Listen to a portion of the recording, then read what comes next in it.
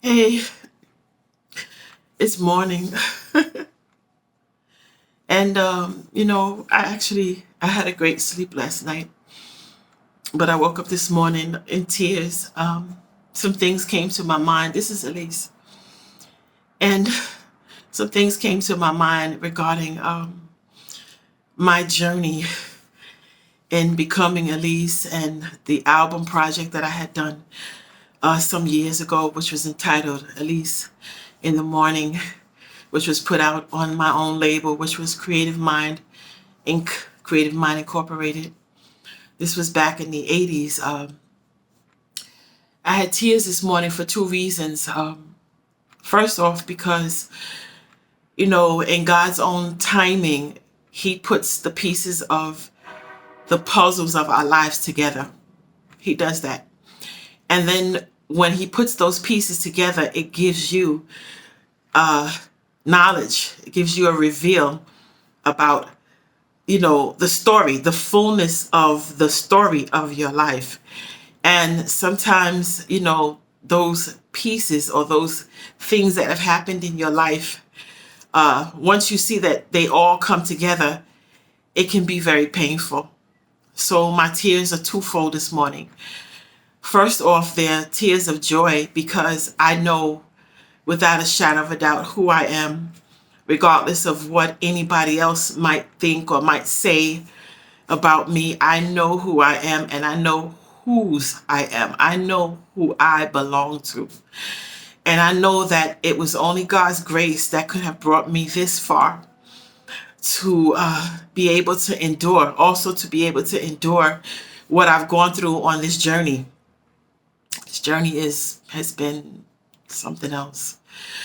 So then, secondly, my tears are for the pain that I feel right now in just, seeing those puzzle pieces and who they represent or represented in my life that played, I'll say, an important part in my life, whether positive or negative. The negative, of course, stabs you. It hurts you so bad just to know, that people would do stuff that is so ratchet. They have ulterior motives and just for money or just to destroy, and it really is a sad thing. And I know somebody out there might be saying, well, why would you be speaking about that? Because it's real. It's so real. It's so real.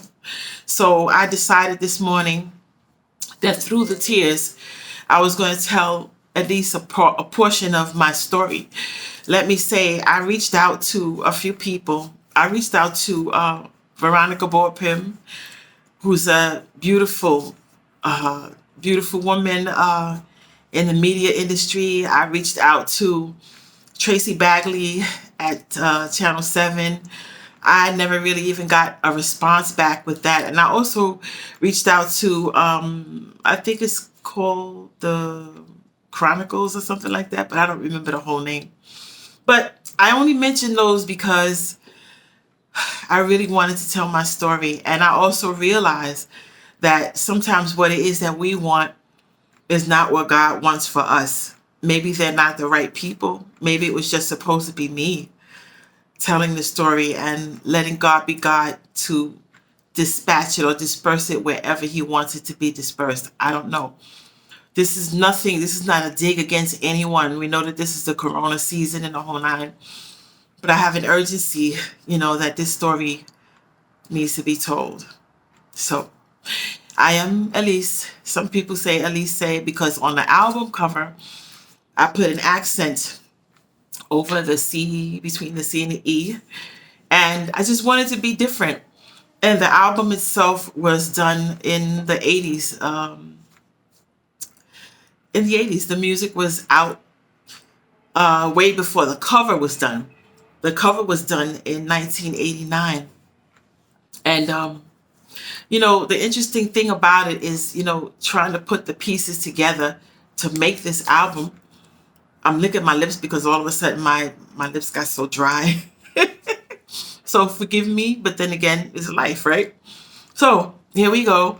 The cover was done in 1989, but prior to that, from 1985 or early 84, I filled out information. I put some information together, and I had a wonderful attorney by the name of Leonard Easter, and he used to have an office down in Soho.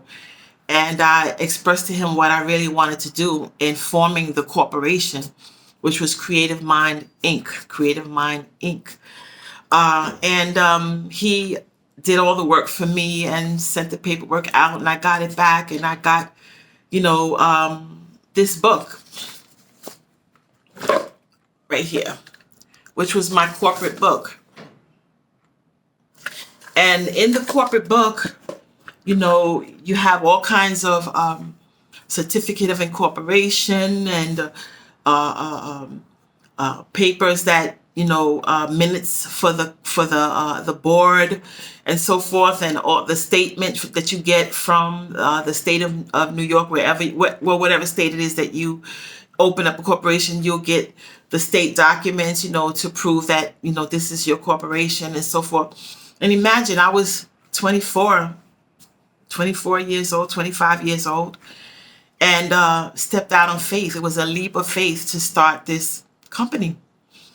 And it turned out to be in the category of an S Corp, which is a small business corporation. And, with that, some of my personal tax information could be connected to it in order to advance the company with the title or in the category of subchapter S corporation or small business corporation. And I mean, tell you, back in the 80s, that's a lot, you know what I'm saying, for a 24, 25-year-old to do. But this was my dream, to do this. So thus, Creative Mind Incorporated was born. And it was born out of the desire to record and to produce and, put good music out there. And, with that, I had other skills and talents and so forth. Amazingly, I thought that I could also do some other things, with the corporate name. And I did. But the truth of the matter is, it's good to keep things separate. But, at 24, 25, you're like, oh, yeah, I got my corporation. I'm going to do this and I'm going to do that and I'm going to do the other. And it's nothing wrong with having those dreams and those aspirations and those goals, set to do certain things. But, along the way, you learn. You learn. So I learned. But, the truth be told, a wonderful thing was done. And it was the album. Now, I mentioned it before, and I'm going to just show you the cover right here.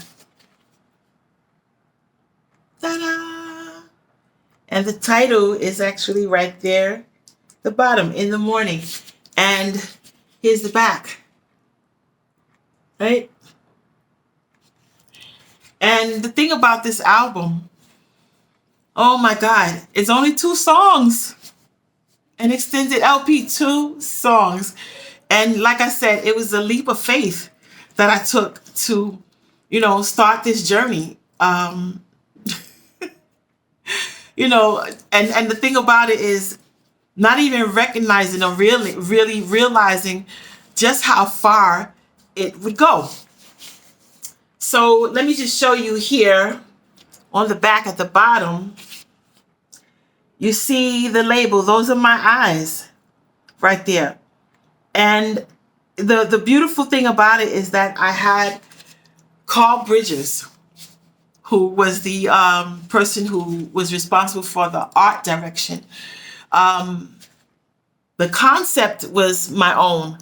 And what happens when you deal with someone, as creative, as he is, or someone, who does graphic arts, art, whatever, anything to do with that particular type of media, you have to have a clear picture of what it is that you want. And, they will help you work through it. Yeah, they will, because you want somebody who's open-minded, who has a keen eye, for creativity, and so I said, I want to look like this, and this is what I want to do. I chose the colors, everything. The concept was mine, but he did the art direction, and so forth. And he created the eyes for me, which are my eyes. Those were the original eyes. And I want to show you how I took, this is actually the second business card. Yeah, this is the second business card. And put the eyes on them. Right? And this is actually the first business card that we had. The original business card was this one. When I first got letterhead. Letterhead, so that I could write letters and promote myself and do press releases and different things. They came kind of close to one another in creation or duplication. I wanted to have one that was more business-like. So thus the first one, because I had to be, like I said, writing letters to people and so forth, because I was pushing myself as an independent artist, an independent person, with a record label. Now, prior to that, I actually went to the Midem Music Conference. That was in 1986. Okay, I said something wrong. The business cards and stuff was already pretty much, I would say, together. But I also went to the Midem Conference in 1986, and I was prepared. I was prepared, and actually the original card and the eyes is what I had, because I had a package and everything. And what I did, I had cassettes actually that had went out. I sent them out to different music organizations and stuff like that. It was my album on a cassette. And I think I may have 2 of those cassettes left, but I was prepared. I had a media kit and everything, which had my picture. It also had like a press release. It had some statements about me and so forth, like a little bio and the whole nine. And I was rocking and rolling on my own, doing this thing. And it was a beautiful journey. It really was. And I have to stop here and say, this person, this is me and Conrad. And I showed myself and Conrad. This was in Nashville. We actually went to the Country Music Awards. But even before going to the Country Music Awards, we were members of the Black Music Association. Oh, big up. And I tell you, we had an awesome, awesome time being members of the Black Music Association. And RCA was instrumental, in that, where Hilda Williams was an executive at RCA at the time. And then I can't think if there were some other names like Sylvia Rohn. I can't remember the label that she was with, but then it was also... I can't remember, Benny Medina, Brenda Andrews. These are people that we met along the way. Neil Portnow was at A&M. No, he was at Arista. And Brenda Andrews, I think, was at A&M Records. And then Suzanne DePass, what did I say, Motown or something? I don't remember. Look, I'm 60 years old now. But anyway, the thing about it is that organization was key. Played a pivotal role in my life and in our lives in helping to push us forward, and hone our crafts. They always gave, all kinds of events and workshops and different things. And sometimes they were held at RCA and sometimes they were held at other places, but it was awesome. It was awesome. It really was an awesome thing.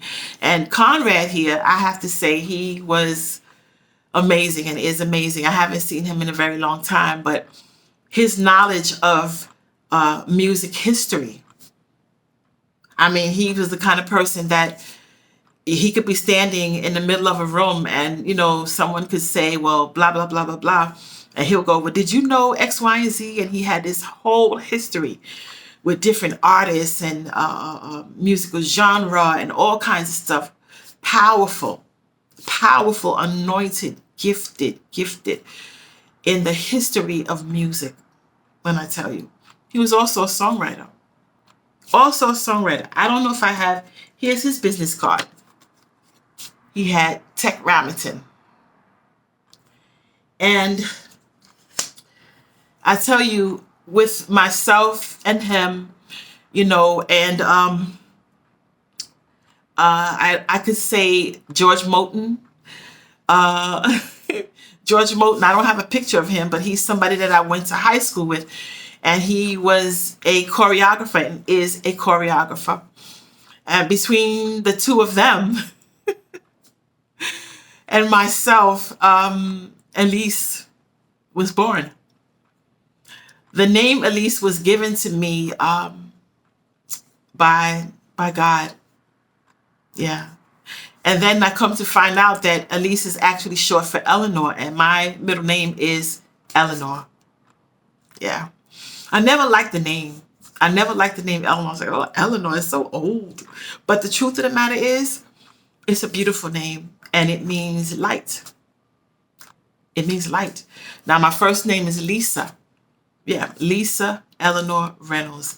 That's who I am, and that's who Eleece is. Lisa Eleanor Reynolds. My first name means consecrated to God. My middle name means light. And my last name, I believe, means protector or something of that nature. But at any rate, yeah, I did the history on it. And I wanted to just share that with you, how important a name can be.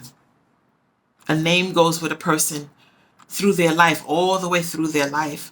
So, you know, when you think about naming your baby, you know, that name is going to be so significant and play such a role in that child's life. Now, I'll give you an example. Now, I know I'm segueing for a moment. Rahab in the Bible. Rahab. She was a prostitute or harlot or whatever. And God used her. He used her. You know how he used her? She was responsible for hiding, I think it was Joshua, or hiding the spies, that were going to, spy out the land and so forth. I can't remember the whole story, but she was responsible. She played a very, very, very important role in hiding out some individuals so that they would not get caught, on the mission or moving forward in this mission to capture this land. And they dropped down, her abode by rope. And there's no telling what could have happened if she did not provide them a place to stay. So that was her purpose. And I mentioned her name, Rahab. Her name means large.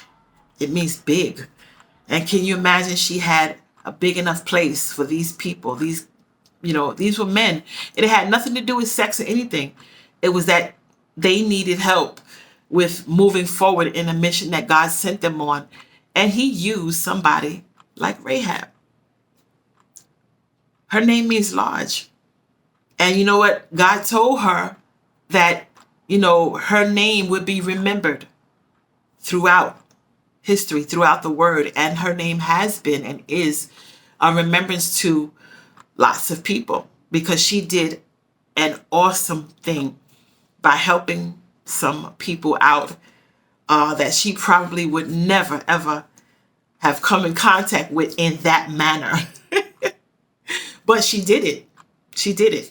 Her thing was the physical, but now she's being used by God physically to provide somebody with a safe haven. God can use anybody, I'm telling you. So that's just her name. So anyway, with that said, the creation of Eleece. I got married in also 1986. But prior to my getting married in 1986, I worked at the hospital for special surgery.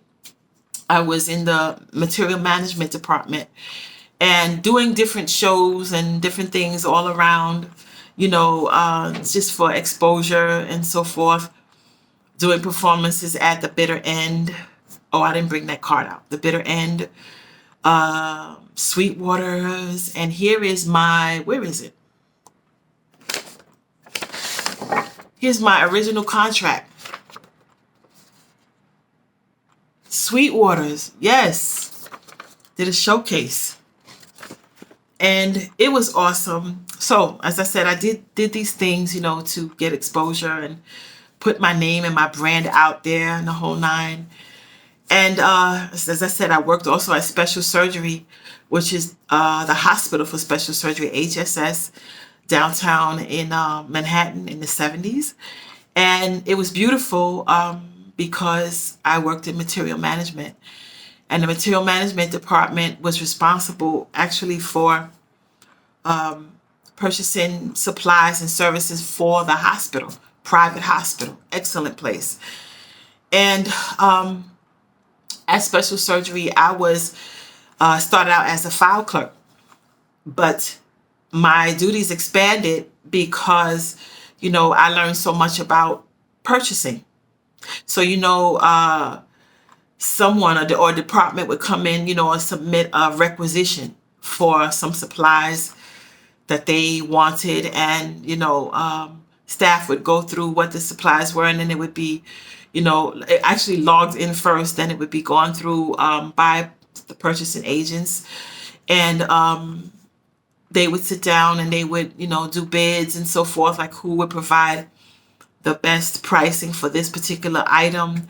With a private hospital, there's not really like a cap. Like in a city hospital, they have dedicated vendors, or companies that would supply products.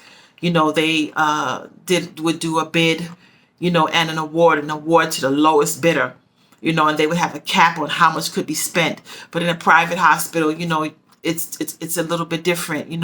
It's not a cap. If they say they want it from this person, and the buyer could actually get it from someone else, cheaper, and it could be proven, then they might go with that. The department might go with that. But if the department wants it from Becton Dickinson, or they want it from Kurt Matheson, or I'm just talking, different companies. If they want it from Inkstar, or if they want it from Mallinckrodt, or they want it from Zimmer, any one of those companies, they're like, that's what I want. Okay, that's fine. They had enough money to pay for those items, private, well-funded. The city, on the other hand, is a little bit different. I'm not knocking it at all, but that's just how it goes. So I learned a lot about purchasing, and it was a good thing because I had that skill and knowledge that I could at some point start my own business. I'll get to that. Anyway, in Eleece's journey, I also met and married my husband, who is Carl Lamont Gill. Where did I meet him? I met him at, actually, I think it was first the ASPCA where I saw him because he was an animal technician at the ASPCA, and I had a cat. And he happened to be the one to bring out the cat to me because the cat needed some work done. And that was where I first saw him. But then later found out, as I'm an employee at the Hospital for Special Surgery, he also worked in animal care. He worked with Dr. Stephen J. Arnowski, and he worked with Mr. Oliver in animal care, which was across on the other side from the main building. And he used to come downstairs to purchasing with his requisitions. And there was a time that he would also start staring at me through the glass in the door. And because my desk was sort of like outside of Charles Beatty's office. Charles Beatty was one of the purchasing agents, and his office was right behind me. And I would sit there, and Mr. Gill would be looking at me through the glass window. And I'd be like, what is he looking at me for? Oh, only to marry this dude only to get married to him much, much, much later on, well, later on, because I was at special surgery for, I think, 4 years or 5 years or something. At any rate, yes, so we got married. And here is myself with Carl Gill. Now, this article is from The Advocate, which is a paper that was printed and put together in the country of Barbados. Carl was from Barbados. Interestingly enough, it says Beijing releases new record. We went to Barbados, and, promoting my record. And the amazing thing about that is I met Peter Allen, and she was at Radio Fusion and Star Radio. So we did, an interview on Radio Fusion, Star Radio, and I was so excited. Oh my God! When we left from the interview, and this was, I believe, 1989. Left from the interview, and we're driving down this hill.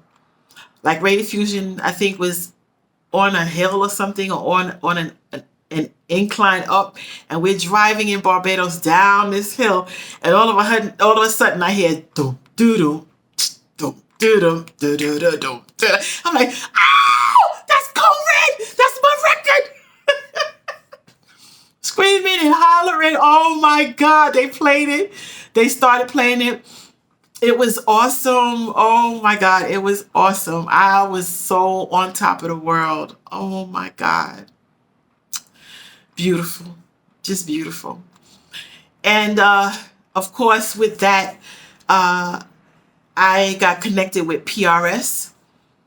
I think it's PRS, Performance Rights Society, because Barbados is a country in the Caribbean, So Performance Rights Society is the international performance right organization that would handle, like royalties and stuff like that.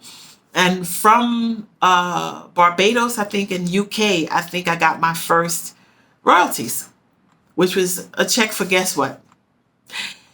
I ain't despising the days of small beginnings, $10.85.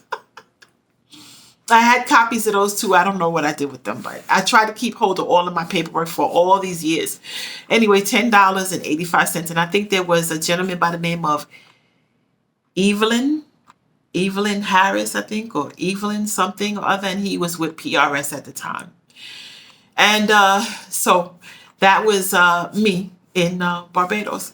So Conrad also, and I don't have the papers with me, but Conrad also, he was actually able to get my songs played in clubs in the Midwest, different places, because he was handling distribution. He was handling distribution, and he had a mouth. I mean, he could, woohoo!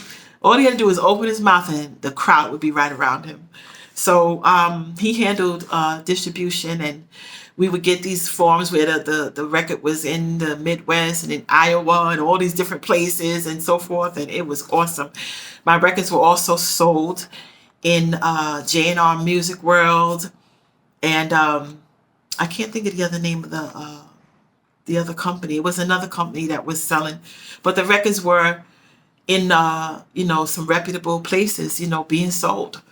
And it was powerful. Actually, I should have brought one of the new albums. I mean, one of the ones that weren't open. I still have a few of those that are unopened with the seal. Oh my God. At least one has the seal on it and the price tag. So, that's a great accomplishment. And I mean, like I said, I was on top of the world. I felt so good because here it is. I am a woman of color who had a corporation at the age of 25 years old and making strides, globally. Yeah, globally. And so I want to just go back for a minute. I went to Midem. I don't have the book. There used to be this big book that Midem put out in 1986. And MIDEM was a music conference, and it was my goal to, like I said, make myself known, in the music industry, not just locally, but globally. So that's what I did. And I met people like Neil Frazier from Ariwa Records, and here's his card. And he's out of London, and they call him the dub master. He's reggae. Oh my God, and he's awesome. Awesome, awesome, awesome, awesome. I had some pictures of him as well. I still have some stuff here. I didn't pull everything out, but I have another video that I'm just going to put out on YouTube. I'm going to put this on YouTube as well. And you'll be able to see some of the pictures connected to my history, my journey through music, and my journey in becoming Eleece and making this album, Eleece in the Morning. So also I met, let's see here, Mr. Willie Biero. And he's with Safari Ambiance, right? And here's his picture in the back. And I met him and Mr. Manatakias. And they were also at MIDEM. They were at MIDEM. And I tell you, I had a fabulous time at MIDEM, meeting all these different people who were in the music industry, also pushing their artists or their music and so forth. I tell you, I would recommend, that any artist that is out there that's really wants to be connected, and because for some people locally is fine, and for others you want to be local and you want to be international. You want to get your brand out there, your name out there, your sound out there. So what better way to do it than to connect with people of like minds and like passions and like businesses, I would say. So here's myself, 25 years old in France, with Willie Biero. Yeah. And we had a ball. Let me give you a little story. After coming from MIDEM was in Cannes. It was in France. And so I actually stayed at a place called Les Jardins des Ulysses.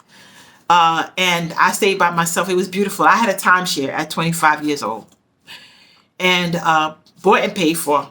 Woohoo! And that's what I used when I was out there in France. I was at the timeshare. And so when MIDEM was over, I took the train back to Paris, France and Paris. I took back to Paris, I think the capital. And I stayed at another hotel called Hotel Le Mercure. And when you look out the window, the Eiffel Tower right there, Tour Eiffel right there in front of my face. Oh my God. At Les Jardins des Ulysses, I had like snow-capped something mountains or whatever right in front. But at Hotel Le Mercure, I think it was the Eiffel Tower. I could look right out the window at the Eiffel Tower. So on my way back to Paris, I get a phone call from Willie Biero. And he wanted to take me out to dinner. And here I am, 25 years old. I'm like, oh my God. So I called my mother. I was like, Mommy, I need some more money. I use my own money, but my mother always taught me, look, you always make sure you have enough. But here I am now, thousands and thousands across the globe, across the continent, in another country. And here I'm like, I don't want to be out there caught with no money, and I don't want to go out with nobody unless my mommy knows. So I'm telling my mother, I said, oh, he's from Safari Ambiance, and he would like to take me to dinner, and I need some money. She's like, no problem. She was like, take it. So she wires me money and everything, and it was good. So we went to this restaurant, and I can't remember what the name of the restaurant was. We went to this restaurant, and I think it was, I don't think it was just myself and him. I think it might have been him and one other person. I want to say, I think, and I could be wrong, Kita Bamba. Kita Bamba is a radio animateur. And I mean, he's a person who's on radio. And so we go to this restaurant, and I'm sitting down and I'm looking at the menu, and like, okay. I knew a little bit of French, I did well in French when I was in junior high school. I had a teacher by the name of Miss Cohen. And she had this song that she taught us. Mon mère l'appelle du plum plum plum plum plum plum plum plum plum. Mon mère l'appelle du plum plum plum. And I don't remember the rest. Anyway, because of her, I had some knowledge and abilities to speak French a little bit. So anyway, we're in this restaurant. And I'm sitting down, I'm like, well, what am I going to order? And I see something on there that says thon. And I said, okay, Willie, what is thon? He says, like, tuna fish. I said, oh, God, who could go wrong with tuna fish? Nobody could go wrong with tuna fish. So they brought this plate out to me, a huge plate. And it had like 3 bow ties, pasta bow tie shaped. And like a little scoop of tuna in the middle on a big platter with this little thing. I said, I'm sorry. That is not enough for me. Yes, but look, I come from New York. We eat. I'm a healthy person. Healthy woman. He cracked up. We just cracked up. I said, that is not enough for me. I had such a great time, and he was the perfect gentleman. Kita Bamba was beautiful as well. So anyway, they took me back to the hotel, and it was awesome. It was awesome. And that was it, basically. So my time in France and in Cannes and in Paris was just lovely. Also, a friend of mine that I met at the hospital for special surgery, her name is Ladelia Blue. Her real name is Lucille Oliver. That's my girl. And but I believe she passed away. But she was very, very instrumental in my life. A beautiful friend. And talented, gifted singer and actress. And she was in several movies. I can't remember. Big, I think one of them was. I can't remember anything else that she was in at the moment. But if you look her name up, Lucille Oliver or Ladelia Blue, you'll find, I think it's called IMBD. You'll find some information on her. But she was such a great friend. And she actually hooked me up with her boyfriend's family when I first got to Paris, when I got off the plane. I can't remember the guy's name right now, but he was a premier football player. And imagine I get out the airport, or I come out of the plane, and you know how you go through, and there's a gentleman, and he's going, Lisa, Lisa, Lisa, Ellie, Lisa. I said, oh my God. He picked me up, and I spent time with him and his family and so forth, and it was beautiful. Oh my God. Had a great time. That was when I first arrived in Paris. I arrived in Paris. Somebody was right there. He didn't know me from Adam, but she hooked me up. She was dating this African gentleman and so forth. And he hooked me up, between her and him with his relatives who were in the sports industry, premier football player. And like I said, I had a great time. And they actually took me to McDonald's, in France, in Paris. And I couldn't believe the prices. Woo! Oh my God. Very, very, very expensive. But it's a different country, So that's like in Barbados. A pair of sneakers are like $400. Here we might pay $150 or $200, but they're like $400.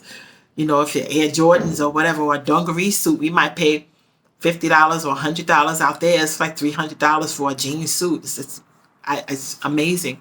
And I know I'm segueing a little bit, but I'm just thinking about that thing. A jar of Mott's apple juice, like $7. Really? But that's how the economy flows out there. That's how it is on the people. So as I said, in France, the prices were kind of, so I don't know if I want a Big Mac for $6 or for $8. You know what I'm saying? I don't know, but at that time it was a lot. You know what I'm saying? But anyway, it was a great experience. And I went on the metro and the whole nine. I had a great time. This football player's girlfriend, she took me around. She took me around. Beautiful. And all they wanted me to do was cook for them. Just cook some spaghetti. Anyway, make a long story short, try to make a long story short. That was my experience in Paris, France. Wonderful, wonderful time. So as I'm going forward, I did something also in 1990. I know I'm kind of skipping. That was like 86. And then I told you the album came out actually in 89. I did Sweetwaters. I think that was in 87. I did The Bitter End in 89. I did Cafe Wa, but I was actually a background singer for another wonderful, wonderful performer. Her name is Valley Rosario. And I still haven't seen the tape. And she's like, girl, you got to see this tape. Because she wanted us to wear like long wigs and so forth.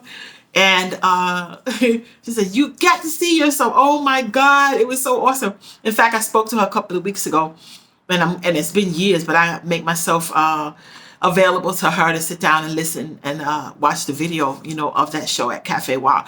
But I've done different things, all over the place. I've worked with Jimmy Sigler, and I met him actually in Brooklyn College in the 80s, actually in the 70s. I think it was 78 to 1980, Jimmy Sigler. And worked with Barry Eastman, who was at Zomba Jive Records. But this was the early years. I mean, I didn't take you from the early, but I feel like I need to just say this right now. And then from there, I think I went to City College. At City College, I was in the music department. And, I didn't bring the picture out. I was director of the City College Gospel Choir, the first gospel choir. City College Gospel Choir / Lighthouse Choir. And with Kenny Hall, who was the musician, the pianist at the time. We did original music. Awesome. Original music. Later on, I would have Victor Pierrot. He's a Haitian brother, wonderful musician.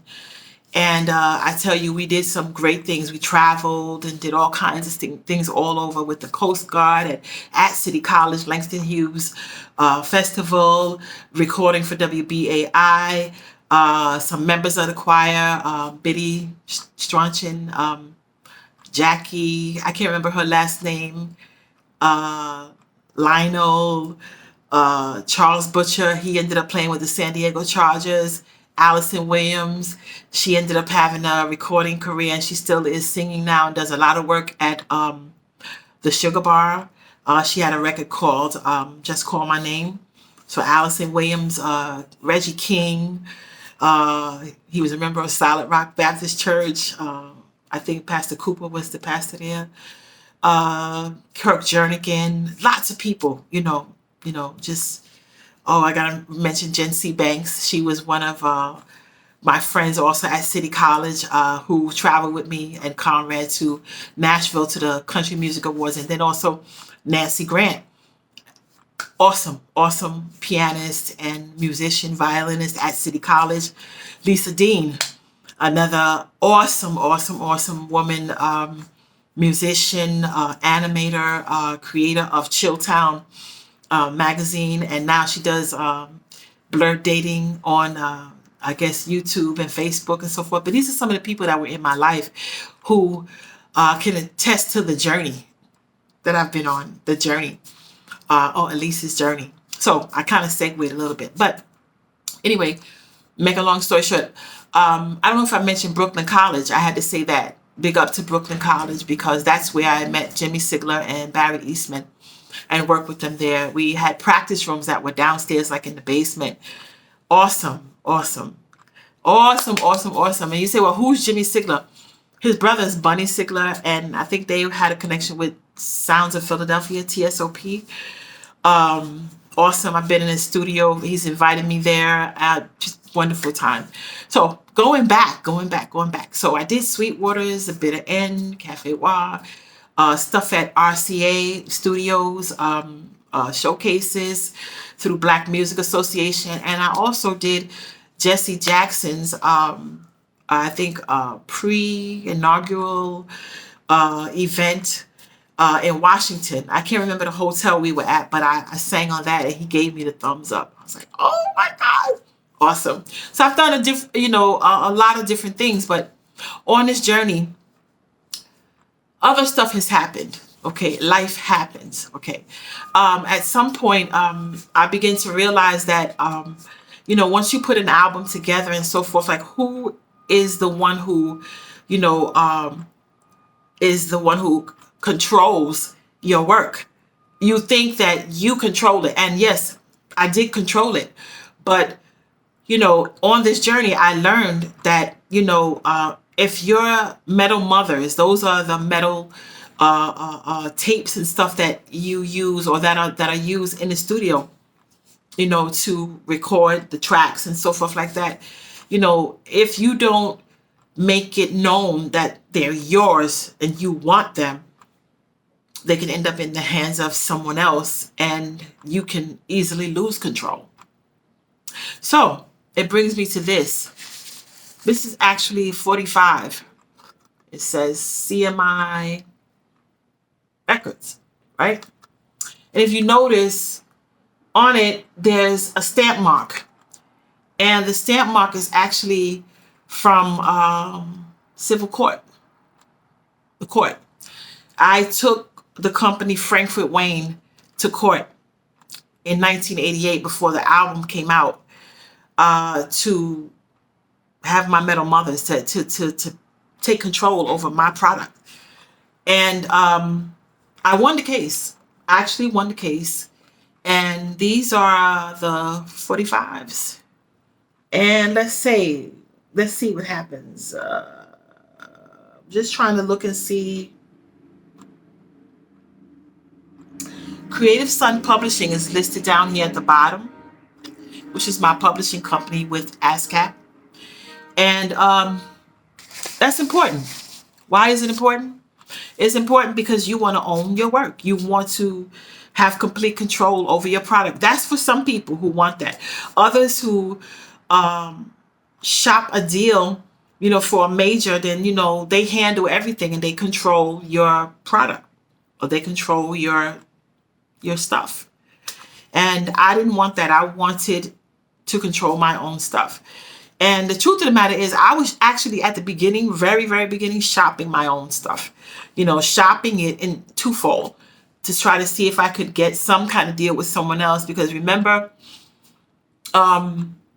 distribution wise, myself and Conway were two people. Not saying that it wasn't enough, but in actuality, if we had hung out more, just hung in there more, probably it would have gone farther than what we would have expected.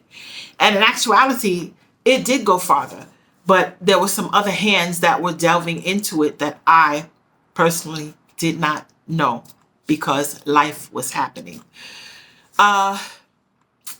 So I got my metal mothers from Frankfurt Wayne, and I do own them. I do own them.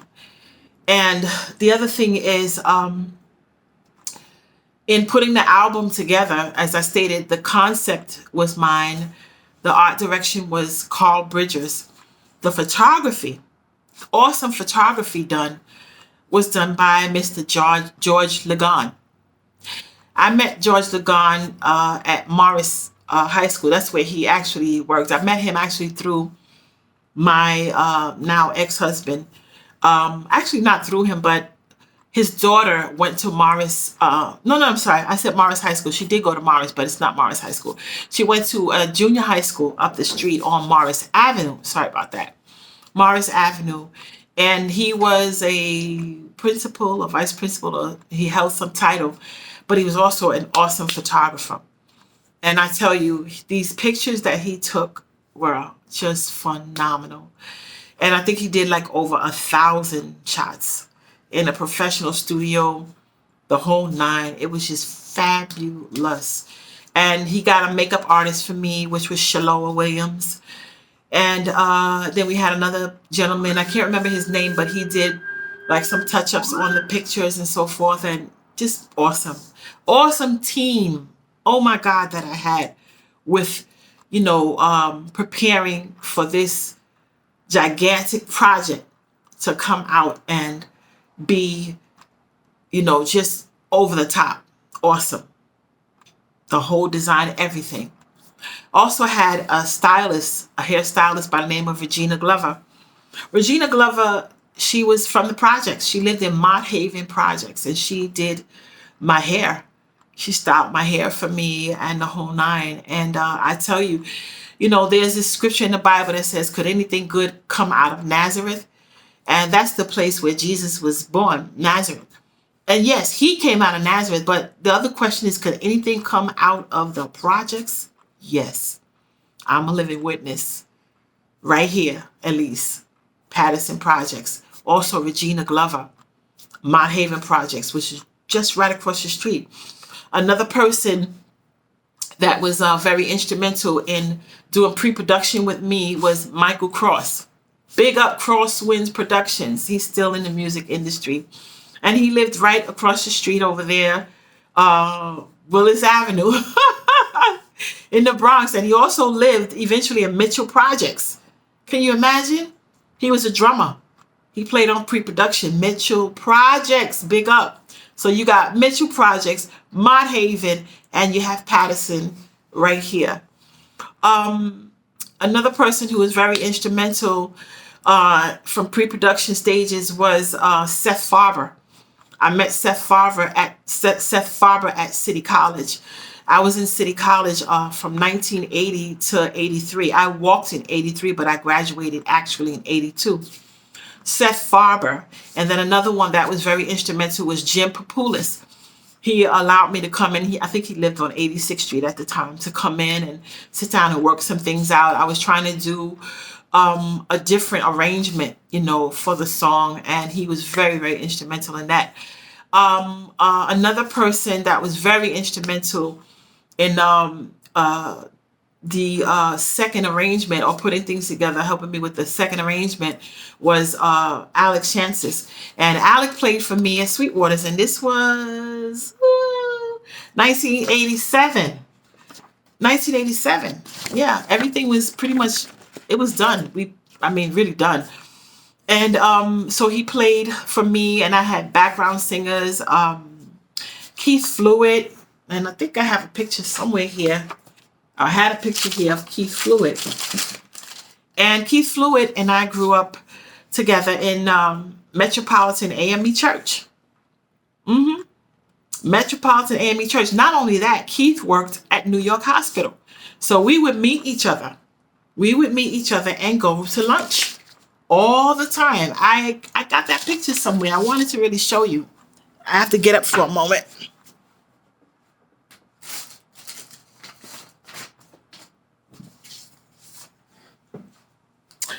Oh, I don't know what I did with it. I had a picture of him and I, before Eleece had the hair on the album. I had us actually at lunchtime at the East River, because we used to sit down there all the time and eat together. And, oh wait, he didn't work in New York Hospital. I think he worked in Sloan Kettering. But we used to always meet for lunch. And that's when I used to wear cornrows. Cornrows, and we would sit on the bench like this, taking his picture. I guess I have to show that to you at another time. But at any rate, Keith is an awesome, awesome vocalist. And he has done work with Ashford and Simpson, and just traveled all over the place. And I can't remember any of the other names of the people that he's worked with, but he's out there. John James. Oh my God. Eileen Flanagan. What's her name? Felicia. She's with, I can't remember her last name, but she's was with the Tonight Show. He's been all over the place, traveled all over. He is awesome. So big up to Keith Fluid, and him and I actually did the background for the album, just two of us. The songs were In the Early Morning, When I Rise, and Code Red, Red Alert. Both songs were written by myself. And Another person that I have to give big up to, a shout out to, is Rick Domenico. He did the embellishments for Code Red, and also with the embellishments, he wrote out the chart for me for the songs. I can write, but that's not my forte. He wrote out the charts for the songs. And, you know, I got to stop here for a minute. Here's, ta-da, signature, right? And here is the contract. And this contract is 1987, okay? Actually, it's 1986 that I put the contract together and got the signature, but the work actually was already done.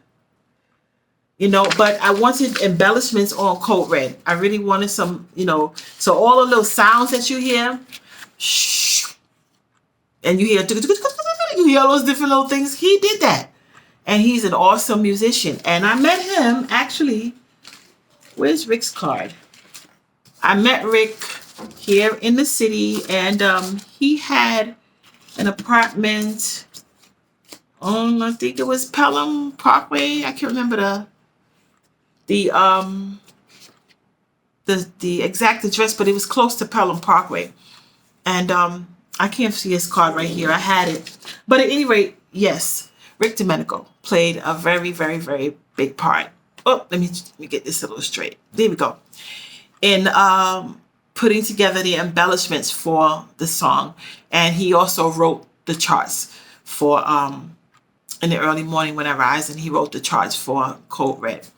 Because, you know, when you're doing something in the studio and you have skilled musicians that read, they need charts. It's not about just going in there and, I mean, I'm not knocking that. I'm not knocking that at all. You do what you got to do. But when you have skilled musicians, you know, a chart is necessary. I'm going to show you.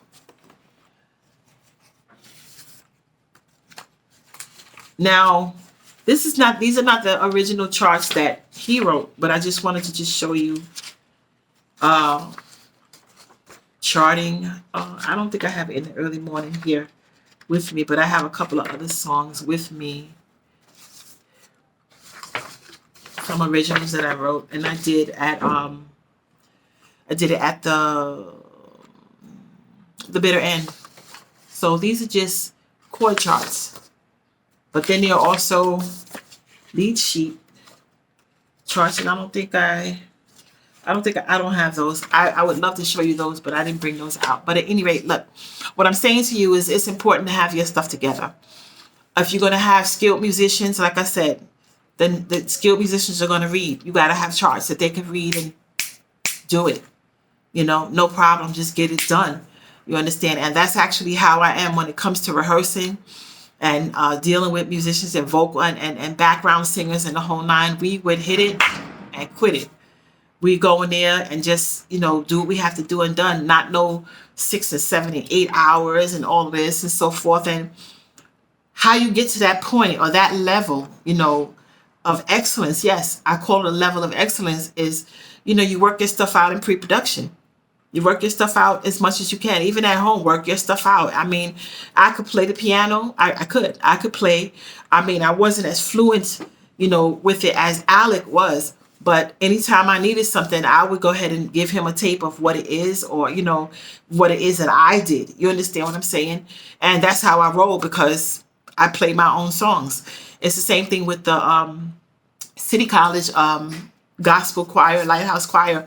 We did original music and I actually played for the choir sometimes, but Kenny Hall was the accompanist, the pianist and so forth. And he was also instrumental in directing. Well, actually he didn't direct from standing up point. I did that when he was at the piano. So between the two of us, well, excuse me for my lips, but we rocked and rolled. It was awesome. So as I'm saying, you know, these aspiring, or if you're an aspiring musician, singer songwriter or whatever, it's important to have your thing together so that when you walk in, you can be productive. You can be very, very productive. It's not just, play and just eat and just sit back and the hours are being wasted. The time is being wasted. No, be on your P's and Q's and do what you got to do. Another person that comes to mind that I have to say is Tim Gielan, the renowned Tim Gielan. CBS Records, Columbia. When I tell you, my mentor, I used to go to New School of Social Research, I think it is, downtown on 13th Street or something. And they had audio engineering class. I had already had experience, being in the studio and so forth, but I wanted to get like credentials. And I went there and they had a class and so forth. I missed one class and I didn't complete it all. I went through all the classes except one. And life happens. Anyway, make a long story short, I learned on a Neve console and solid state logic from Tim Gielan. Not only that, Tim took part in this project, various studios and so forth, and he was right there. Big up to Tim Gielan, CBS Records, and he's worked with, I think, the Rolling Stones, Mick Jagger, Rolling Stones. He's worked with the Beatles. He's worked with various artists. He's very, very well-known, renowned audio engineer and just overall good person, mild-mannered, awesome in the industry. That is Tim Gielan. Big up.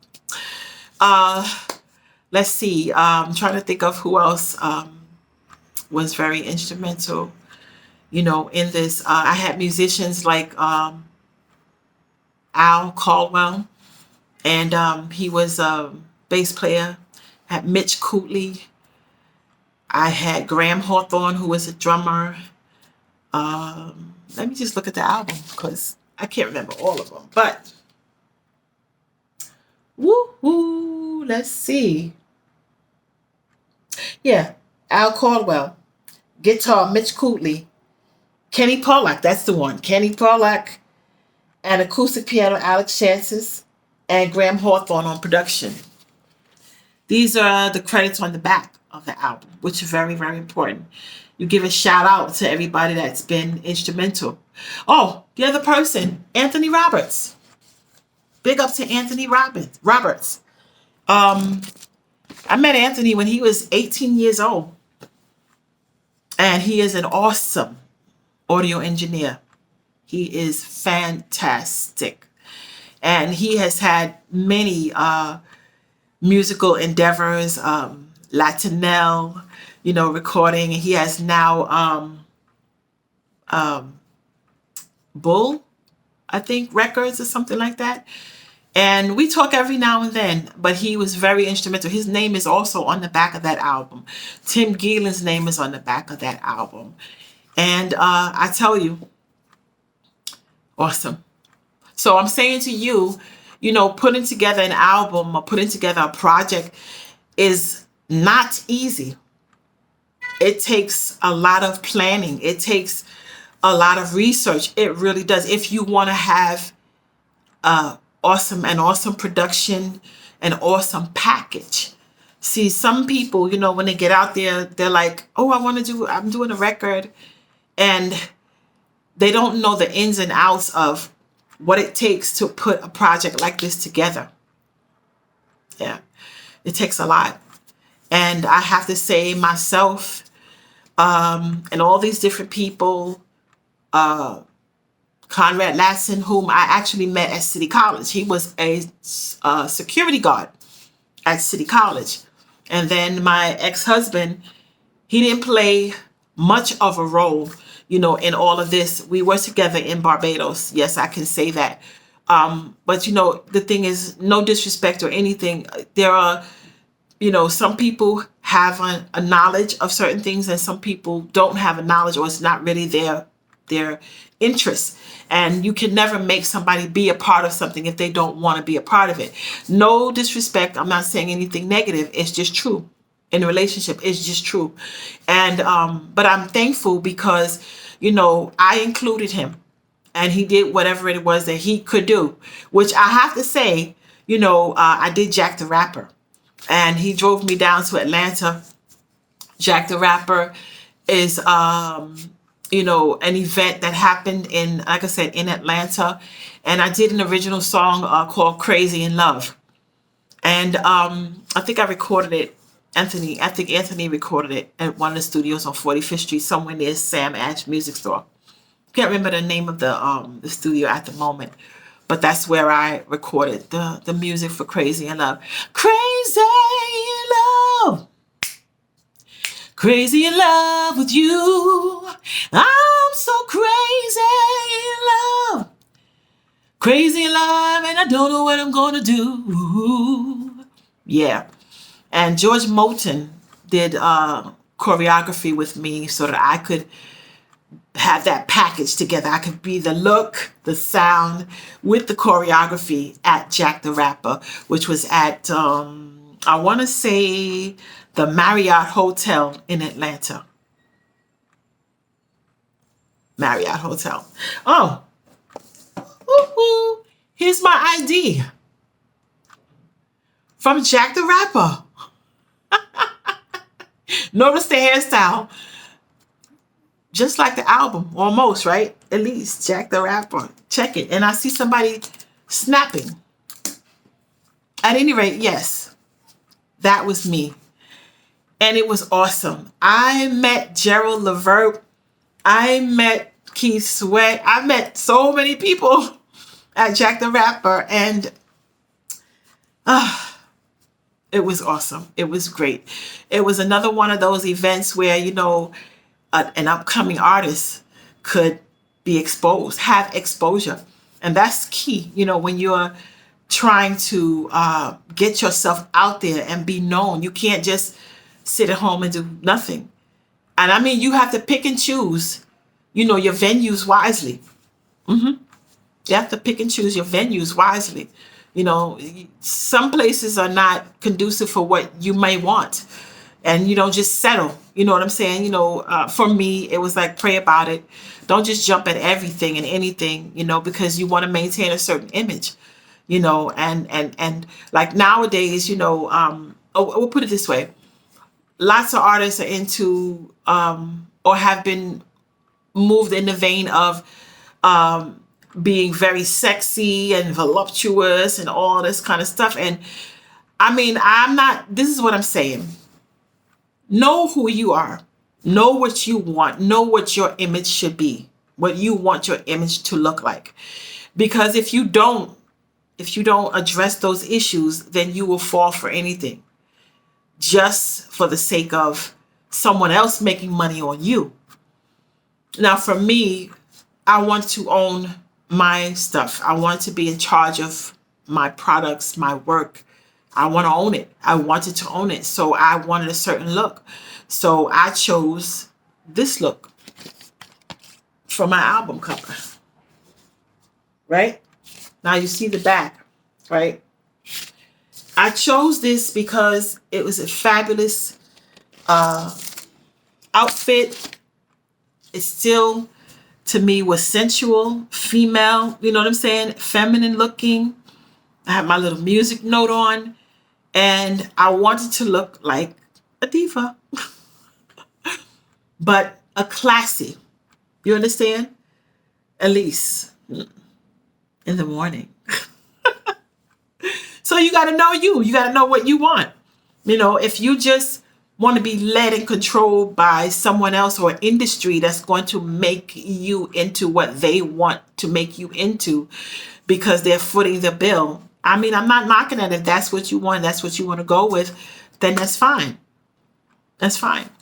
You can look sexy, sensual, and all of that. You can look beautiful without having all your titties hanging out. Without having all your derriere out. I'm just being real. But if that's what somebody wants, because it sells, it makes money, and you want that person controlling, because they're putting up the money, that's just your choice. You know what I'm saying? But you have a mouth. Express what you want. And what I've learned in this industry also is that, you know, some people, like I said, it's about money, you know, and they'll settle. Don't settle. I'm saying it. Don't settle. You know, if there's specifically something that you desire and a particular look that you want, negotiate. Somebody will jump on the bandwagon. Somebody will. And the question becomes, what will you do? What will you not do? How far will you go just to make it happen? And is it really conducive for a lifestyle like that, where you just settle for what they put you out there to look like? Honestly. So give some thought. I have to say it. Give some thought to what you want your image to be. You know, don't be so hasty to jump into things just because of the promise of money. You know, you don't want to be a one-hit wonder. You know, a one-hit wonder that gave all your goods to someone so that you could make a record. And then all of a sudden they just kick you to the side because you make a decision that you don't want to do it anymore. What you want to be is a wonder going on, which, okay, maybe you fell into that in the beginning, right? But you need to open your mouth and be like, no. You understand what I mean? This is how I really want to look and whatever, and be able to walk away if, you know, they don't want to do it. Be able to be like, you know, I'm out. Now, let me go back for a minute. I said something I think kind of weird there. What I'm saying is, you don't want to be a one-hit wonder, okay, sleeping with somebody or doing some things just to get there, to be that one-hit wonder. And then they don't want to back you anymore unless you continue to follow their game plan. And it means to, and that means maybe by belittling or lowering your standards. That's what I'm saying to you. You're valuable. You're invaluable. Invaluable means you're precious. Your gifting is precious. What comes out of your mouth, your voice, your writing, your playing, is precious. It's a gift from God. So you got to handle it like it's that precious gift. And not that it's a precious gift that you give to other people, you know, and doing it in a way that is not best for you, just to get there, to make it, like falling for anything just to make it. No. Let me check. I got somebody calling. I can't take it right now. Anyway, so in my journey, I've kept my standards. And this is another reason why I wanted to do things on my own and have control over the things that I do. Yes, it may have taken a long time, and maybe you don't see my name on a marquee, but I've definitely made an impact. Definitely made an impact, you know, and I can even jump forward. But before I jump forward, I feel like I have to say this. I will jump forward. In handling your work, you know, you create something, you create a song, some lyrics or whatever. There is a thing called copyright. And what I did from early on, I copywrote my material. That putting it in an envelope and mailing it to yourself doesn't work. It doesn't prove a thing. It just really doesn't. But that used to be what was done back in the day. But I did copyrights. So this is the original, this is the second copyright for In the Early Morning. And I show this to you because what I always do on the original, you know, it was my original production of it, pre-production, and then the second one was the next production, like another variation of the song. The basics are the same, but what I always do is reference the original on the second copy, so that if there's any problem, like right now, I'll tell you the truth. I had my original copyright and I took it with me out. I took it with me to church. I'm just gonna be real. And I took out a folder. I guess I was writing some notes or whatever. Well, I wasn't able to get my copyright back. And I'm saying it, but I don't have any worries about it because I referenced my copyright number on the back of my second copy, which at any given time I could always get the copy again. I don't know if somebody stole it, somebody took it or whatever, but I went to the main desk asking, and it was like, oh, we didn't find anything. Okay, that's okay. It's all right. I'm not going to stress myself or get myself all in a tizzy because that one is missing, because I have the original, which references the first one. And I'm saying that to you guys who are out there. Document. Document. Document. Document so that you could have proof of what it is that you're saying. Document everything. Now, somebody out there may say, well, why would you tell that? I have to tell that. I have to tell that. And the reason why I have to tell it is because it's key. It's part of my journey, because I'm still on that journey. There was a large period of time when nothing really happened, with my music. Now, it was already out there. The album already done. And I recouped some albums, from J&R when they closed. J&R closed. Oh, Tower Records.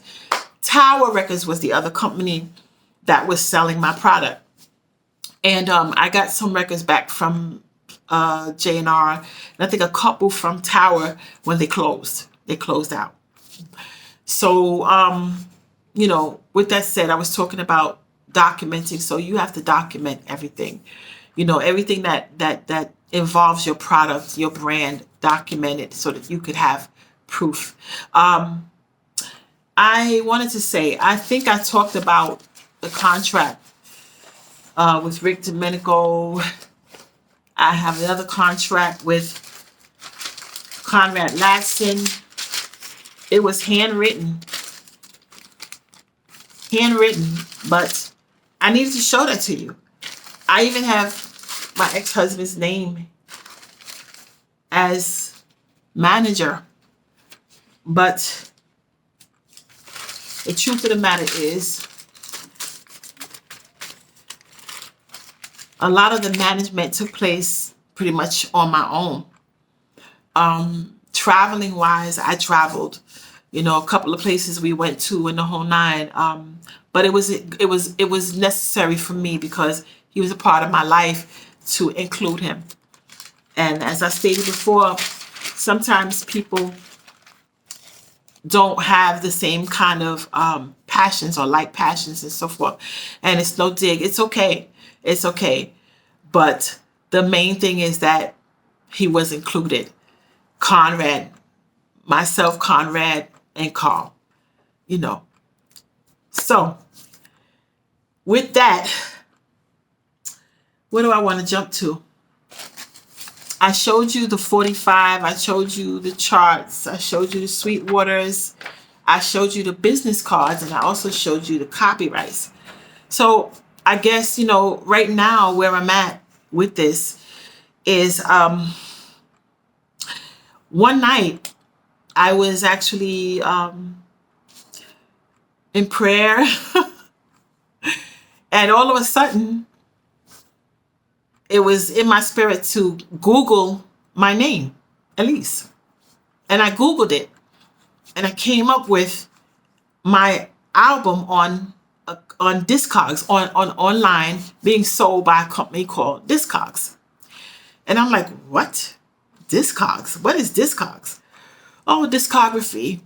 So I'm learning that the album is out there being sold by different companies in the UK, in France, a couple of other places. Excuse me. Right here in New York City, you can get it at Vinyl Bay. They have it for $17, but in actuality, the album is worth much more now. But Vinyl Bay had it for $17. I started doing my research, like, what is going on? How did they get this? Where did they get this from? who did this, you know, and I won't go into who I think did it, but I put it this way, to date, I have gotten nothing. I got in touch with Performance Rights Society, ASCAP, and I spoke to, I think it was a Mr. Actually, I wrote to Emily Matthews. I think she's the CEO. And I got a response from Seth Goldman. I think it was Goldman. And he's a VP of Global Affairs or something like that. And he acknowledged the fact that I had some royalties of 2001. I still have not seen those. He acknowledged the fact that, yes, everything is in the Performance Rights Organization, ASCAP, in their archive, because I started out with ASCAP in the early 80s. That's the other thing I meant to say, you know, in my journey, you know, in trying to document everything, you know, there are all these entities that as a singer-songwriter, I had to engage, which was ASCAP. And I talked about PRS, that's the performance right for international, you know, your works being out there internationally. But then there's ASCAP right here. And then there's also BMI, Broadcast Music Industry. I think that's what the acronym stands for. But ASCAP, American Society of Composers, Authors, and Publishers. So I've been with ASCAP since 82, 83. And my publishing company is Creative Sun Publishing, which is listed on the original 45. Also listed on the album. Also, I did, let's see.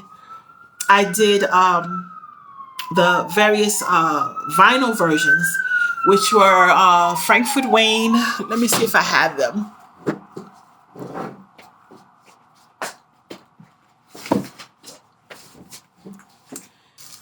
True Tone.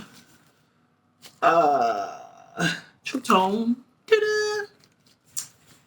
Frankfurt Wayne. Ta-da. And some other copies and versions without the label, but yes. And I mentioned that because these are all the things that it took. These are the steps, the process that it took for me to get to this point. Now let me show you the label on the inside. This is my color that I chose, right? You see the eyes. It says Creative Mind Inc. It says Code Red, Eleece, and it has a True Tone number on it. Frankfurt Wayne has the number on it as well. In the early morning when I rise. And it also has ASCAP, which is the Performance Rights Society. So, in other words, it's important that all that knowledge, all that information be properly placed on the product. Yeah, because you want to, you know, note every step of the way, you know, with this or with your endeavor. You know, in terms of getting your project to that point. So, again, I'm still excited. And as I stated, life happened. Life happened to me. So there was like this big break where I wasn't really doing anything. But look at God. All along, the album is being sold on Discogs. I never got a dime from anybody. I don't even know how Discogs got it. But they got it. They got it. And my quest, you know, right now is to gain whatever royalties belong to me, whatever profits belong to me, you know, from these entities, and find out who it was that gave permission, you know, to have this album, my album, out there without getting permission from me. I'm not the first person that's gone through this. There's lots of people that go through these things. Mm-hmm. Lots of people out there, lots of artists out there that are being fleeced.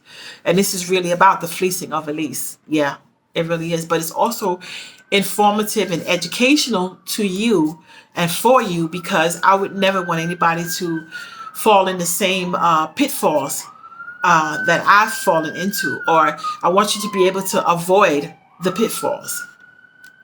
Yeah. I didn't have a lot of people speaking into my ear. Now, let me just qualify that for a moment. I don't like this view. Let me sit back around here. Black Music Association was wonderful. And we did get to meet and talk to many people, and they had all kinds of events and stuff to help us, and to guide us along. And I think we also met with some attorneys and so forth. I think one of the attorneys that I met with was, I want to say Doug Dixon. I think Doug Dixon. I think so. And at some point down the road, I had some dealings with Vernon Slaughter, I think his name was. But at any rate, yeah, it's important to document and put everything in place. So let me just do this quickly. You write a song, write lyrics or whatever. You get a copyright going. An SR form is a sound recording, which means that you have either sung on tape or played on tape your original music. And you send it in to them, and they will stamp it, send it back to you, and it goes to the Library of Congress. So it's always on file. So the other thing is, if it's just your lead sheet, you can take the lead sheet, like what I showed you here. This is actually just a chord chart, but you could actually take this and send it in, because it represents your music. Just a chord chart. You can take it and use a PA form, performing arts form, and write, fill in the performing arts form and send your lead sheet in, and it will be copywritten so that you can say that you own it. You're the author of it. You're this, whatever it is. There are a couple of criteria on there. And then they'll ask you, is this a work made for hire? And if you wrote it for someone that you're going to get paid, you check that off. They might say, is there any pre-existing material? Pre-existing material? Like for me, I have pre-existing material. So I documented it, as I stated, on the back of the original of the second edition of the song, or second version or rendition of the song. So yes, I checked off on that one. There was pre-existing material. They want to know, are you the author? Are you the claimant? So if I'm the author, that means that I wrote it. So I would check that off. So these are things that are important for you to know, so that your work could be properly documented, properly handled in the respect that you are the owner of this work. Nobody else owns it. And as you see, I showed you contracts from Sweetwater's, contracts with Rick Domenico and myself, who did the embellishments, production contracts with Conrad Ladson, contracts with where my ex-husband signed. And you see this? This is just regular paper, but it maps out everything, what their duties would be. Yeah, what their duties would be, what I'm expecting from them, what they can expect from me. Now, somebody might say, well, I just want to sing. I just want to sing. Well, you want to sing, and you want to make sure that everybody who's involved in your world, is on the right page concerning what you want, what the endeavor is. Is it that you just want to sing in nightclubs and you don't want to make records? Is it that you just want to be underground? That's like kind of nightclubish, and you don't want to do anything else? Or is somebody asking you to perform or do something at a show or at a venue, and you go, oh yeah, okay, I'll do it. You have no contract in place. You have no contract in place that guarantees that you're going to get paid, or that guarantees that you're going to show up and what they say, that they're going to provide what they say to you, and I'm telling you, you got to cover, they say, cover that day. Yeah, you got to cover it. You have to cover it. You got to cover yourself, because without these different things, anybody can say anything and you walk away. You done sung your heart out and you don't have a dime in your hand. You know, and if you are, if you are doing it for free, that's just your choice. But if not, you know. Now, I also took Sweetwaters to court. You know why? Because I gave them a master tape. I gave them a master tape because of the fact that I wanted them to hear me and, you know, hear the quality and the whole nine. And they wanted to keep my tape. No, no, no. Why would you keep it? You got it. You listened to it. Give me my tape back. I performed, had a wonderful show. My family members were there. My husband's niece, big up to Michelle Gill. She danced. She performed on the show at Sweetwaters. I had Keith Fluid, Romel. I can't think of the other young lady's name who were background singers. I have pictures, but I don't have them right here. But I'll put up this other video that I have where I just kind of scanned over everything. I'll put that up after this. I'll probably break this up into segments. But at any rate, yeah, I have this contract for performing at Sweetwaters. What they expect of me, this is their contract, but this is what they expect of me and what I expect of them. And, you know, handwritten in some things, you know, about what I'm supposed to do, the time I'm supposed to be there, the set, how long the set is supposed to be or whatever. It was awesome. It was awesome. I did original songs as well as cover tunes. I did something by Whitney Houston.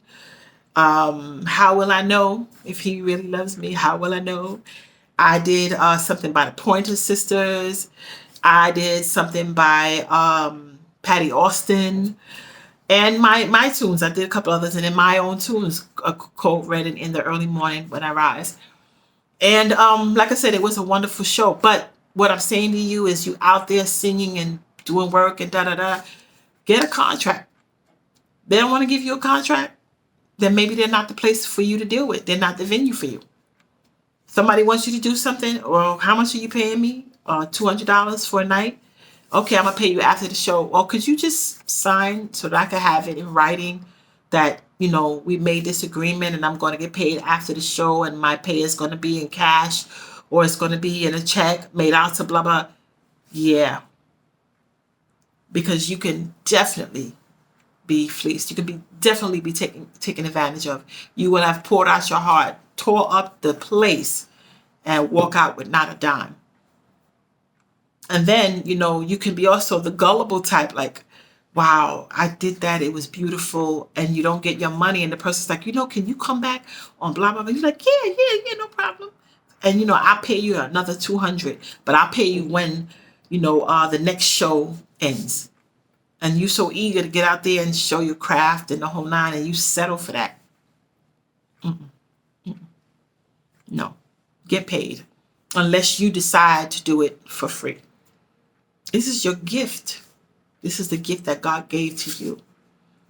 And it's just as valuable as somebody who's able to type 95 words a minute as a secretary, an excellent secretary.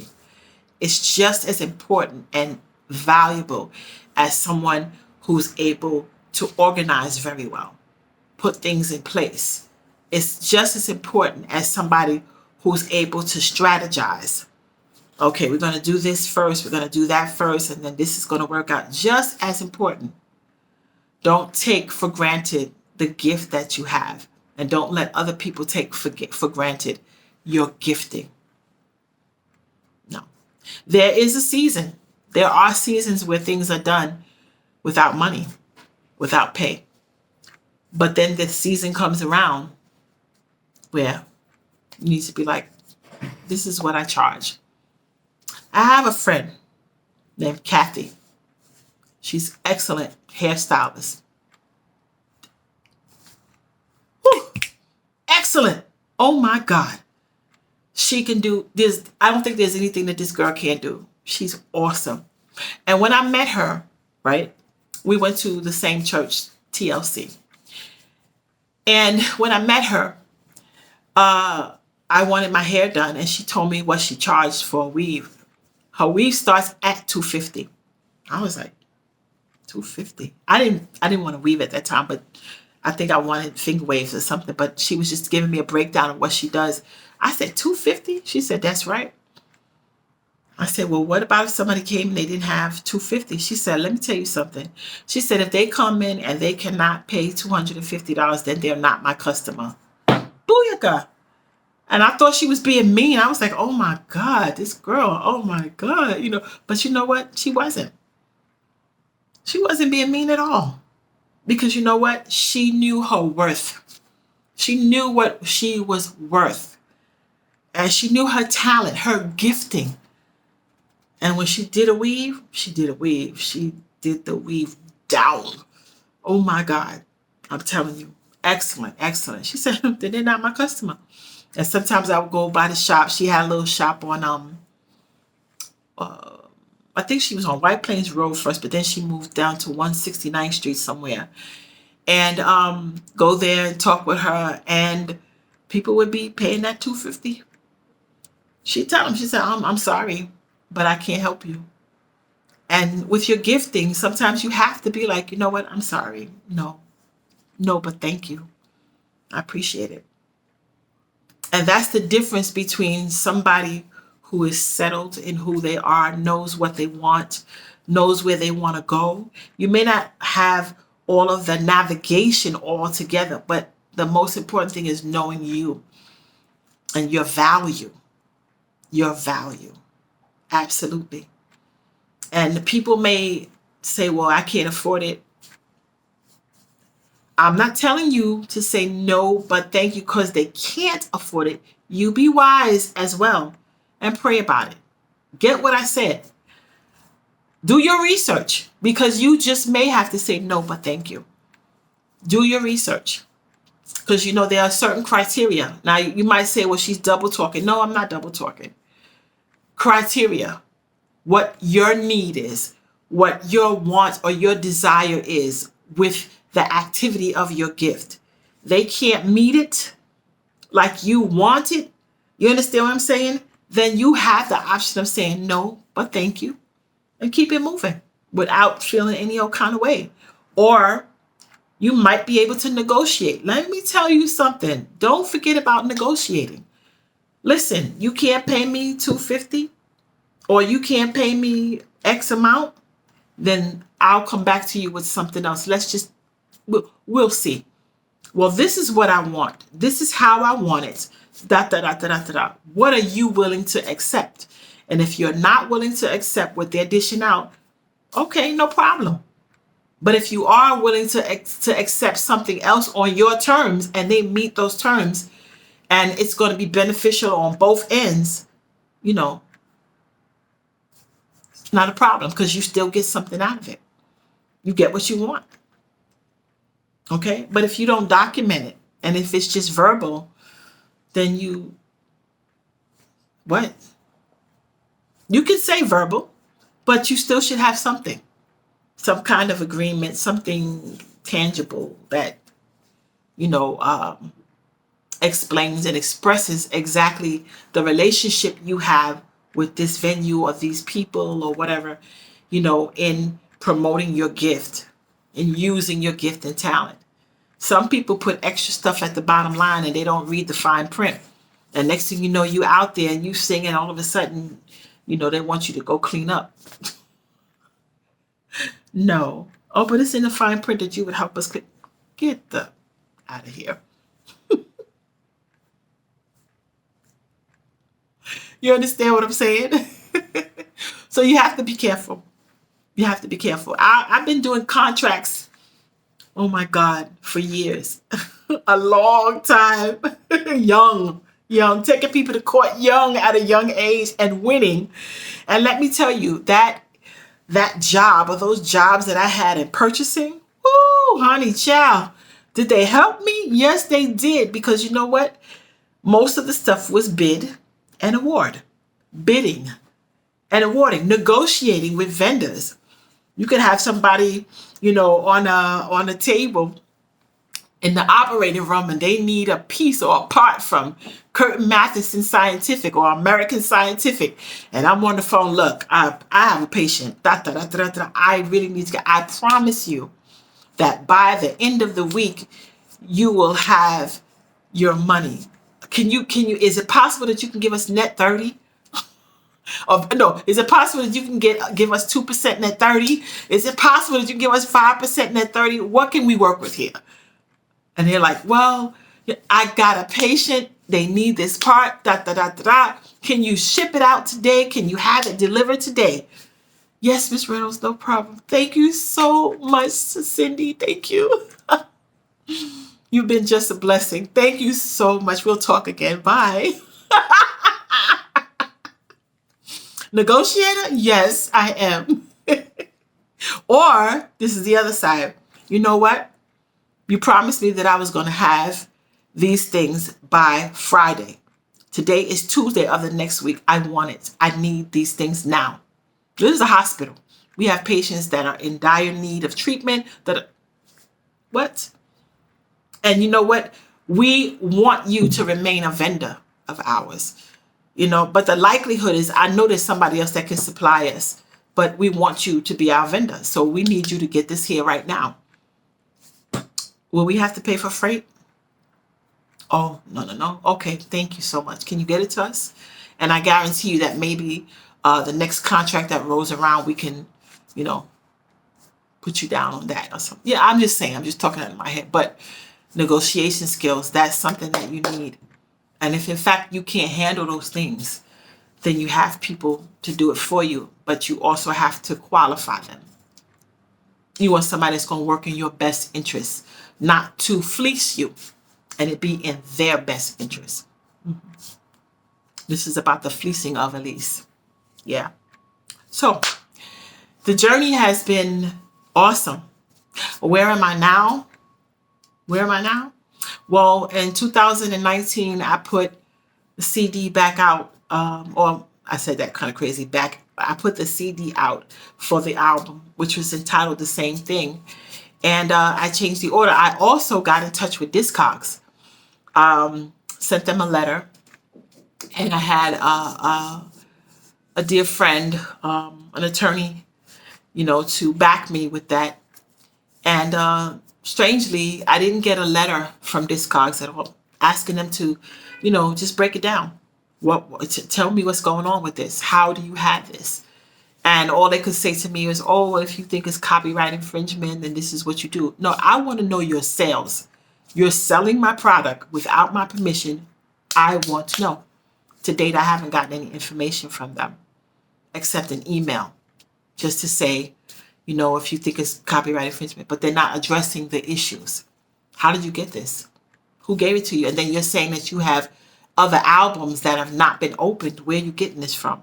And if it's fair use is supposed to be educational. Tell me the educational part, the portion of this that equates to education.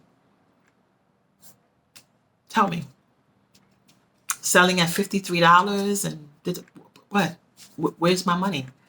How are you doing this? And so they took me for granted. And, some people might say, oh, well, you're procrastinating. You haven't done anything else. No, I'm doing it. And I'm mentioning Discogs. I have to, because this is what's going on with me, And other people, like my ex-husband, Conrad, they have no authority over anything that belongs to me. None. That authority was never given. And ASCAP, if ASCAP is a part of this, which there are some things that happen with ASCAP, which like somebody changed my address in 2009. How did they change my address to a place that I moved out of 9 years before? And they just changed it in 2000. Who gave that? Who said that that's, that they had the authority to do that? Who? I don't know. But these are the things that happen in the business. Lots of people. In fact, let me just mention, I should have brought her picture out here. A woman that I went to school with by the name of Winifred Scott. Great pianist, songwriter. She wrote a classical piece called North Star. Awesome. She also was my vocal instructor for a little bit. She wrote, I think it was, I could be wrong, Your Precious Love, or When a Man Loves a Woman. One of those songs she wrote. And she had a publisher who took every dime. He promised to give her this and this and that. And she lived right there in Harlem, right by City College. And she never got a dime from this publisher who took everything from her. And she was fighting and fighting tooth and nail trying to get, he was promising her and she believed him and she didn't get anything. Winifred Scott. And she was at City College. Winifred Scott. So, as I stated, this journey has been awesome. It has been stressful at times. And I'm looking forward to what's ahead for me. What's right here in my present state and what's ahead. I have the CD that came out in 2019. I have a compilation album that was supposed to be out in December, but it's actually finished. And we're about to put that out on the Creative Mind label. I showed you the original book, and oddly, all of my papers are gone. I have no idea what happened to those papers, but life happens. I also have Creative Mind on the One.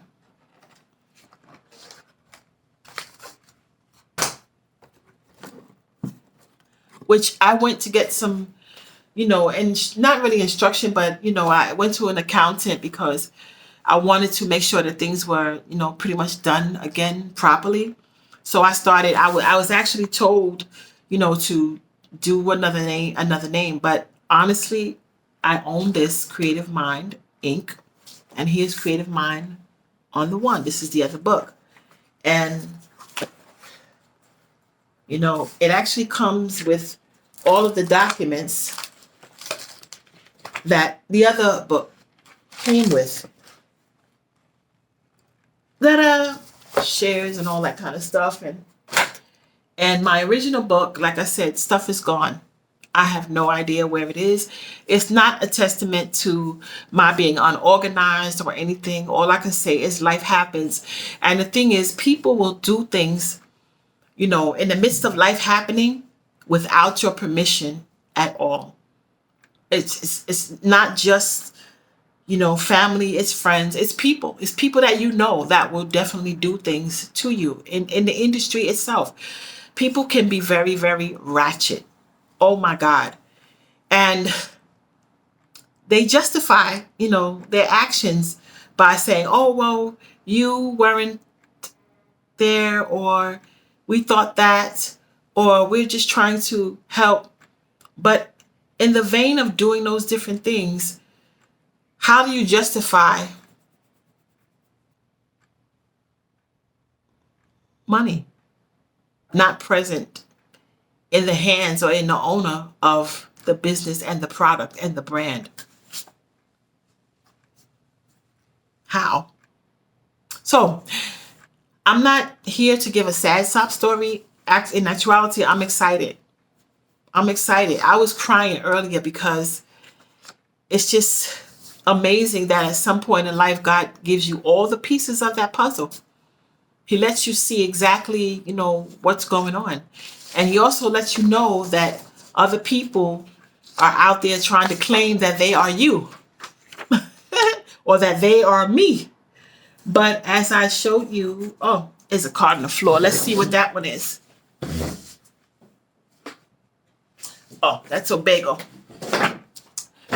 I am not out of my mind. No, I'm not. So people will do all kinds of things. They will rob, they will steal, they will kill, they will whatever, because it's about the dollar. And it really is sad. And when you talk about creativity, we all come with gifts and callings. We all come with some kind of creativity or something going on, talents and so forth. And the same opportunities that I was afforded are the same opportunities that are afforded to other people. It's just that other people will jump on your project or your gifting and fleece it. And they'll use anything in every measure to substantiate their claim that you may not have been competent enough to do something. And that's been the mode, you know what I'm saying, in a lot of people's lives. Okay. But the truth of the matter is my competence was totally and is intact. You see, what the enemy meant for evil, God turned it around for good. Sometimes things happen in life and, traumatic experiences, and sometimes they could be compounded, one thing after another, one thing after another, after another. And all of a sudden you just can't take it, and you do what you can to keep your sanity. And I tell you, I was crying this morning. I was like, oh my God, So I see the pieces. It's not necessary for me to, go, they did this and they did that. I don't have to do all of that, because I have a God who heard my prayers and he hears my prayers. It's just sometimes things can be painful. I'm not upset at where I'm not. I'm actually happy about where I am right now. I'm happy about where I am and where I'm going, because I believe truly that God takes everything, and works it out for our good. Our good. So I am Eleece. Some say Eleece. That's what it looks like on the album, but it really is Eleece. And you know what? I could have played a tape, the VHS from my show at the bitter end, but I don't have that set up right now. It was my goal also to play the songs from my download on my phone, but in actuality, I have a different phone and it's not on this one. But the truth of the matter is, with that, one day I'm going to come back and I'm going to play the songs and I'm going to break it down for you, how I came to write the songs. In fact, how I came to write the songs, and, just the influences in my life, because I've had many influences. I don't have my bio in front of me, but that would be another time to do a bio. And I'm sitting here and I'm licking my lips because my lips are so dry right now. I have no idea why they are so dry, but they are. And it's okay, because I'm me. I'm just gonna be flat foot me, boldly me, boldly me. Nobody can take that away from me. Nobody can change that. Just boldly me. And this is Eleece, the fleecing of Eleece, and her journey through the midnight industry. Oh, let me change that. You heard I said the midnight industry? Yeah, because it is a midnight industry. It's about what happens in the dark coming to light. What happens in the dark coming to light, the fleecing of Eleece. Yes. So, on a recap with that, it's important. Copyright your material.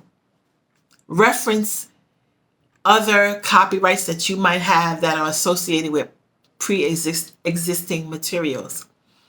Get yourself involved in a performance rights society like ASCAP or BMI, PRS.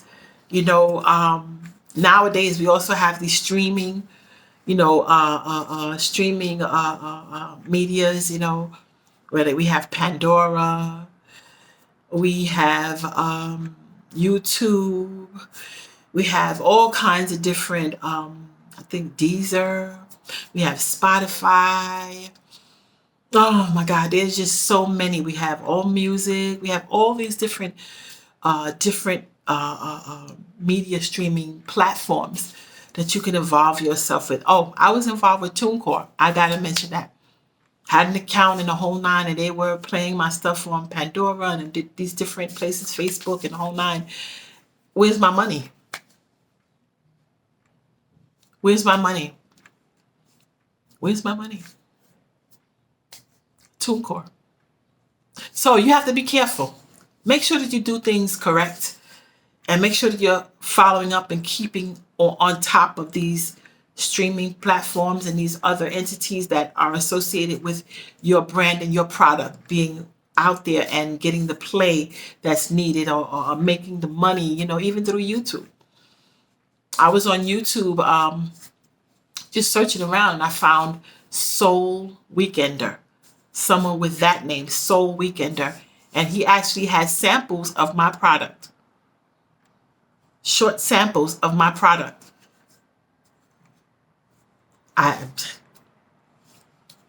Who gave that permission? Soul Weekender. That was the name of the channel.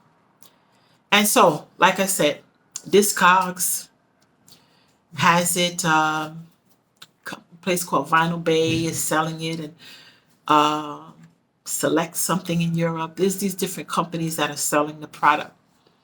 How? Through Discogs. But how did Discogs come to have it? I don't really know. And they have lots of people's materials, and stuff, discography. And I also saw something about Safari Ambiance, a discog on Safari Ambiance. So maybe that could be it. I don't know. I haven't been in touch with Mr. Willie Biero for a long time. I'm not saying that it's his fault or anything like that. I'm not blaming like that. But these are the connections, that I've had and have made, with various people in the industry that know who I am. Also, I forgot to mention, I have a billboard write-up. I don't have the magazine in front of me. I have it in the room, but a billboard write-up. I think the person's name was Bill Coleman, I think. And it was December 16th, 1989, in the recommended section, Eleece. Warm, silk, smooth voice, blah, blah, blah, whatever. When I tell you, big up to Conrad. Big up to Conrad. But then the question also becomes, where's my money? Where's my money? Carl, where's my money? Where's my money?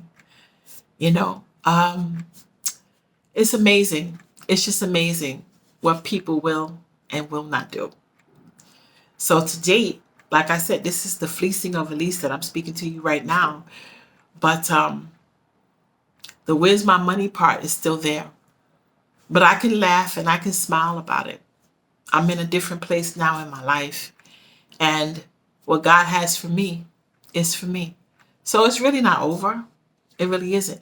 And I just thank him for that midnight hunt and that midnight act of Googling my name and coming up with Eleece on Discogs that led me to realize or brought it to my knowledge of what is going on now without my permission. Somebody wants to say fair use. But if you have brand new albums, mint condition, how is that so?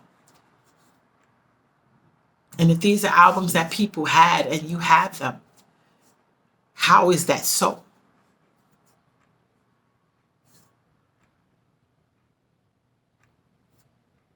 Yeah. So Kevin Lewandowski, let's talk. Let's talk. Kevin Lewandowski, let's talk. Zinc Media, let's talk. Vinyl Bay, let's talk. UK, France, let's talk. There's more to me than what you see. The fleecing of Eleece.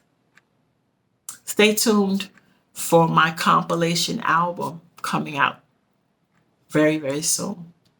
Big up to Jamal, Digimaster Jamal, for working with me to put this album out. It's called A Call to Love. And I promise you, it's beautiful. It's beautiful. It's a compilation of many, many works, different artists and so forth. Nothing new from me, but I have some new things coming out. I have some other stuff on its way. Yes. So you look out for that. And I tell you, whatever it is that God has for you, he has it for you.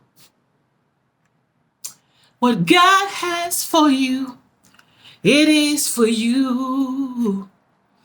What God has for you, it is for you. You've got to know without a doubt that the Lord will bring you out. What God has for you is sure enough for you. Yeah. Wayne Miller. Where's my money? Eleece, signing out.